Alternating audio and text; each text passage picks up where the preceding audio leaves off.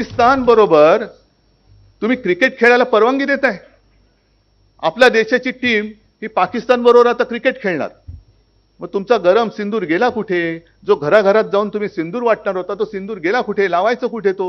कशाला या भाकड कथा करताय तुम्ही? मग तिकडे शौर्य गाजवलं सैनिकांनी, श्रेय घेतात हे त्या सोफिया कुरेशी, आपल्या सैन्याच्या त्या जवान, अभिमान वाटावा महिला अधिकारी, त्या महिला अधिकारीला सुद्धा हे भाजपवाले गधडे आतंकवाद्यांची बहीण म्हणण्यापर्यंत त्यांची मजल गेली, तरी सुद्धा ते डोक्यावरती मंत्री म्हणून तिकडे बसलेत. लाज वाटत नाही या लोकांना देशभक्तीचे थोतांड गाताना? देशापेक्षा तुम्हाला त्या अमित शहाचा पोरगा त्या तिथला अध्यक्ष क्रिकेटचा म्हणून क्रिकेट सुद्धा तुम्ही खेळताय त्या जयशहासाठी. कोण आहे जयशहा? त्या तिकडे जो धारातीर्थी पडला आपला सैनिक किंवा ते जे काय आपले नागरिक मारले गेले त्यांच्यापेक्षा हा मोठा आहे, त्याच्यापेक्षा हा क्रिकेट मोठा आहे. मग आपल्याला शिकवतात नाही नाही नाही नाही खेळ आणि राजकारण, मग खून आणि पाणी एकत्र करतात, मग खून आणि क्रिकेट कैसा बह सकता है साथ में? त्या क्रिकेटचा चेंडू सुद्धा लालच असतो, रक्त सुद्धा लालच असतं. पण आम्हाला खेळ महत्वाचा वाटतोय, देश महत्वाचा वाटत नाही. हेच तर आपल्या देशाचं दुर्दैव आहे. आणि असेच हे बोगस जनता पक्षाची लोक ही आपल्या डोक्यावरती घेऊन आपण आपला देश त्यांच्या हातामध्ये दिलेला आहे. ही बोगस जनता पार्टी आहे. पहलगाम मधली घटना घडली, त्याच्यानंतर आपले संरक्षण मंत्री म्हणाले ऑपरेशन सिंदूर अब तक रुका नहीं है, वो चालू ही रहेगा. मग आपले पंतप्रधान म्हणाले की खून और पानी एक साथ बह नहीं सकता. आनंदाची गोष्ट आहे, मेरे रगो रोगो में खून नहीं सिंदूर, गरम सिंदूर बह रहा है. मग त्या गरम सिंदूरचं काय आता कोल्ड्रिंक झालं? थम्सअप, कोका कोला, चला चाय गरम गेला, आता ठंडा ठंडा ठंडा लो लिंबू सरबत गेला कुठे तो गरम सिंदूर? आशिया कपमधल्या भारत पाकिस्तान सामन्यावरून संजय राऊत आणि मंत्री आशिष शेलार यांच्यामध्ये पुन्हा एकदा झुंपली आहे.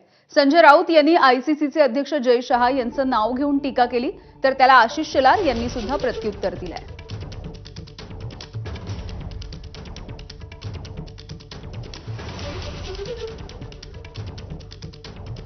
देशातले लोक तिथे जाणार मॅच बघायला. अमित शहांचे सुपुत्र, गुजरातचे सुपुत्र कोणते जय शहा हे दुबईत भारत पाक क्रिकेट सामन्याला बसणार ITमध्ये असं बरं का. आणि सगळ्यात जास्त सट्टेबाजी गुजरातमधून होते आणि राजस्थानमधून होते. मुंबईनंतर काय म्हणतो मी, ऑनलाईन गॅम्बलिंग भारत पाक क्रिकेटवर सगळ्यात जास्त गुजरातमधून होतं आणि इतर काही भाग असतील. त्यांच्यासाठी खुली सूट दिली आहे का? ते स्वतः कुठले निवडले, त्यांचा भाऊ कुठून निवडून आला ते सांगावं ना. त्यांचा भाऊ मोदी शहांच्या सरकारच्या काळात निवडून आला आहे. आणि जर स्वतःचा भाऊ अस्वच्छ पद्धतीने निवडून आला असेल तर त्यांनी स्पष्टपणे त्याचा राजीनामा द्यायला सांगावं. स्वतःच्या भावाचा पहिला राजीनामा त्यांनी घ्यावा आणि मग व्यवस्था पंतप्रधान गृहमंत्री यांच्यावर बोलावं. स्वतःचा तो बाब्या, दुसराचा तो कार्ट्या, ही मनोवृत्ती म्हणजे संजय राऊत आहे. तर क्रिकेटमध्ये पाकिस्तानला शरण का जाता असा सवाल ठाकरेंच्या शिवसेनेचे खासदार संजय राऊत यांनी उपस्थित केला होता आणि त्याला सुद्धा आशिष शेलार यांनी प्रत्युत्तर दिलं.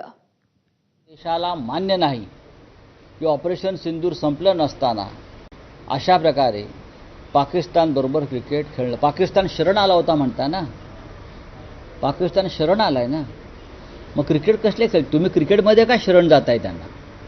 हा साधा प्रश्न आहे. मुळामध्ये भूमिका केंद्रीय पातळीवरूनच स्पष्ट आलेली आहे. भारत आणि पाकिस्तान द्विदेशीय कुठलीही मॅच होणार नाही. बहुदेशीय स्पर्धा ज्या असतात त्यामध्ये भारताने खेळू नये ही भूमिका भारताचे खेळाडू आणि खेळावर प्रेम करणं यांच्यावर जाचक राहील. आणि म्हणून बहुदेशीय स्पर्धेमध्ये यांना आवश्यक तीच भूमिका केंद्राने घेतली. आणि राहता राहिलं पत्र तर संजय राऊत ते रमदाई पत्र लिहू शकतात. दरम्यान मंत्री नितेश राणे यांनी सुद्धा संजय राऊतांवरती टीका केली आहे. संजय राऊत सारख्या तीनपाट माणसाने आम्हाला सांगावं नाही, त्याला आम्ही झाकण दिला म्हणतो. संजय राजाराम राऊत त्याने आम्हाला सांगू नये. आमचा देशप्रेम आणि राष्ट्रप्रेम, आमच्यासाठी राष्ट्रप्रेम हिंदुत्व हेच आमचं राष्ट्रत्व आहे. आणि म्हणून आम्हाला सांगू नये आणि आम्हाला अशा चायनीज मॉडेल हिंदूंकडून आम्हाला सर्टिफिकेटची गरज नाही. आम्हाला माहिती आहे कोणाला किती लायकीत ठेवायचं, कोणावर क्रिकेट खेळल्यावर तरी पण पाकिस्तानला चड्डीत ठेवण्याचं काम आमच्याच मोदी सरकारने केलेलं आहे. म्हणून ते संजय राजाराम राऊतने आम्हाला सांगू नये.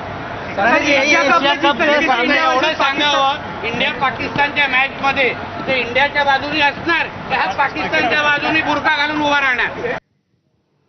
पुढची बातमी बघूया. सोयीच्या प्रभाग रचनेसाठी शिंदे गट आणि भाजप कोणत्याही थराला जाऊ शकतो अशी खरमरीत टीका ठाकरेंच्या शिवसेनेचे खासदार संजय राऊत यांनी केली आणि याला सुद्धा आशिष शेलार यांनी प्रत्युत्तर दिलंय.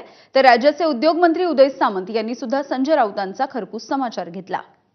महापालिका निवडणुकीमध्ये आपल्या सोयीच्या प्रभाग रचना कराव्यात यासाठी हा मिंदे गट किंवा भाजप किंवा इतर लोक कोणत्याही थराला जाऊ शकतात. या देशामध्ये निवडणुका स्वच्छ आणि स्पष्ट वातावरणात कधीच होणार नाहीत जोपर्यंत मोदी शहांसारखे लोक या देशात सत्तेवर आहेत. मग मुंबईच्या महानगरपालिका असो, विधानसभा असो किंवा लोकसभा असो. कारण इतकंच सांगेन मी, पैशाची प्रचंड ताकद आणि सत्तेचा गैरवापर ह्याच्यामुळे निवडणुका जिंकण्यासाठी हे कोणत्याही थराला जातात. ज्यांना निवडणुकीमध्ये पराभवाची पूर्णपणे शाश्वती आहे ती लोक आरोप करत बसणार. एका अर्थाने बॅलेट नको, ईव्हीएम नको, मग प्रभाग रचना कशी झाली, प्रभाग रचना अशी का नाही झाली, सगळ्या गोष्टींवर यांचे आक्षेप आहेत. त्याचं कारण या विरोधी पक्षात बसलेल्या लोकांचा स्वतःवरच भरोसा नाहीये. जनतेचा तो त्यांच्यावरचा भरोसा उठलाच आहे. आणि मग उद्याला आपल्या पराभवाची कारण आताच शोधा, हा केवळ तेवढाच प्रकार आहे, दुसरं काहीच नाही. ज्यावेळी आपला पराभव समोर दिसत असतो त्यावेळी कुठचं तरी कारण शोधायचं असतं आणि ते कारण त्यांनी आता प्रभाग रचनेमध्ये बघितलेलं आहे. ईव्हीएम मधलं जे कारण होतं ते बेस्टच्या पतपेढीमध्ये निस्तानाभूत झालं. कारण बॅलेटवर मतदान घेऊन सुद्धा BST मधले 12,000 जे मराठी लोक आहेत त्यांनी सबशेल UBTला नाकारलं. 2,000 मतं देखील त्यांना पडली नाहीत.